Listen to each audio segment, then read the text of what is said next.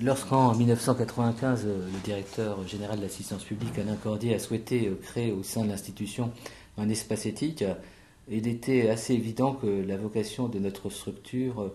serait davantage de se consacrer à l'éthique hospitalière et du soin qu'à l'éthique de la bioéthique, d'une certaine façon. D'abord parce qu'il y avait en France une instance importante, le Comité consultatif national d'éthique qui avait été créé en 1983 et qui déployait déjà une réflexion d'une immense qualité avec la production de rapports, d'avis tout à fait importants. Donc c'était un travail qui existait et qui peut-être n'avait pas à être refait d'une manière finalement assez inintéressante. Et d'autre part parce qu'on avait devant nous un champ immense, c'était l'hôpital dans ses transformations, notamment d'un point de vue éthique. Nous sommes en 95, donc dans la filiation des années SIDA, avec la révolution que constitue la personne malade au cœur du soin, prise dans son autonomie, dans sa capacité de participer à la décision. Bref, cette révolution est un point important qui va marquer la conscience hospitalière dans les années 90, au moment où l'espace éthique précisément va se développer au sein de la PHP. Puis on aura eu aussi dans les années 80 l'émergence de toute cette réflexion sur la douleur, sur les soins palliatifs, sur également la limitation et l'arrêt de traitement en réanimation, bref, la question de la responsabilité, la question de la décision, tous ces dilemmes éthiques qui sont repris à nouveau frais et qui justifient des instances de réflexion, mais qui ne soient pas uniquement des comités d'éthique médicaux, qui soient des instances pluralistes où les gens expriment leur point de vue et puis soient en capacité aussi de les argumenter. C'est ainsi que les espaces éthiques, comme à la PHP, sont devenus également des lieux de formation universitaire, avec cette double fonction, être au plus près des réalités du terrain pour observer les questionnements tels qu'ils se précisaient au fur et à mesure et dans des contextes variés, puis apporter à travers des conférences, à travers des formations universitaires, le matériau qui pouvait être utile aux professionnels de santé.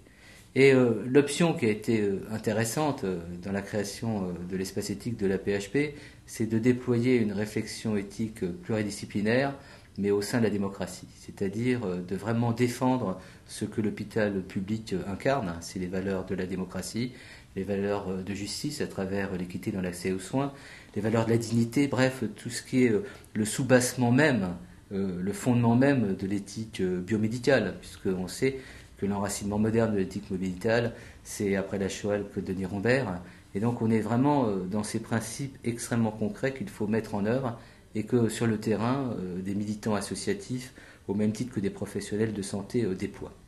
Deuxième point que je dirais en introduction de ce DVD, qui est un recueil d'entretiens de Patrice Dubos avec celles et ceux qui ont fait une grande partie des prouesses médicales, des évolutions médicales des 50 dernières années, mais qui ont été aussi inventifs d'une autre approche de l'éthique, de questionnement, on le verra en matière de procréation médicalement assistée, de greffe d'organes, toutes ces questions qui justifient une réflexion de fond. Un des points importants que j'aimerais souligner, c'est qu'il y a deux types d'éthique. Il y a l'éthique un peu intellectuelle, un peu générale, un peu supérieure, que j'appellerais l'éthique d'en haut. Puis il y a l'éthique du quotidien, l'éthique immédiate, j'allais dire l'éthique d'en bas. Et je trouve qu'il est assez important, alors qu'on est en plein débat de bioéthique, de ne pas négliger les aspects les plus ordinaires du soin, les aspects les plus immédiats de la demande, de l'exigence qui relève véritablement de la relation de soins. C'est vrai que se plonger dans des réflexions très approfondies sur les cellules souches embryonnaires,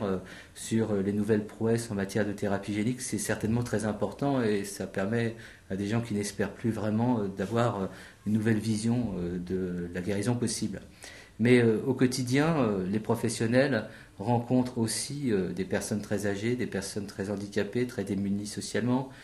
Ces professionnels rencontrent des personnes et des familles concernées par les maladies neurodégénératives, par l'impuissance thérapeutique à soigner des maladies qui sont encore incurables. Et je crois qu'il ne faut pas que, au-delà du discours de la bioéthique, qui semble un discours un peu scientifique sur la biomédecine, on néglige les vraies réalités, les vrais enjeux immédiats du soin. Et c'est aussi un des défis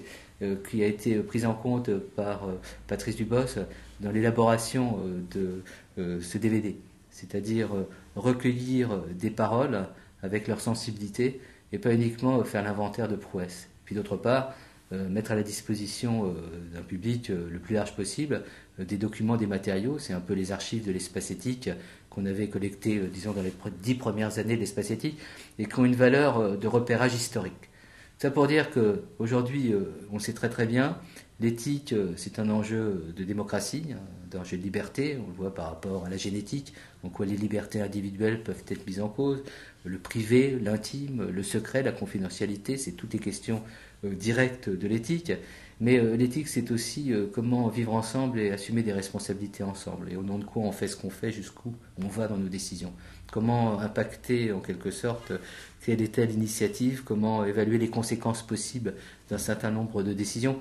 comment aussi assumer nos responsabilités vis-à-vis de pays qui n'ont pas la chance comme nous de déployer des technologies extrêmement sophistiquées et très coûteuses. Il y a un problème de justice internationale. Vous voyez à quel point la multiplicité des questions justifie le fait qu'on ait souhaité faire ce DVD et puis qu'on en fasse d'autres par la suite. C'est donc à l'ouverture à une forme de débat, un débat à travers un certain nombre d'interventions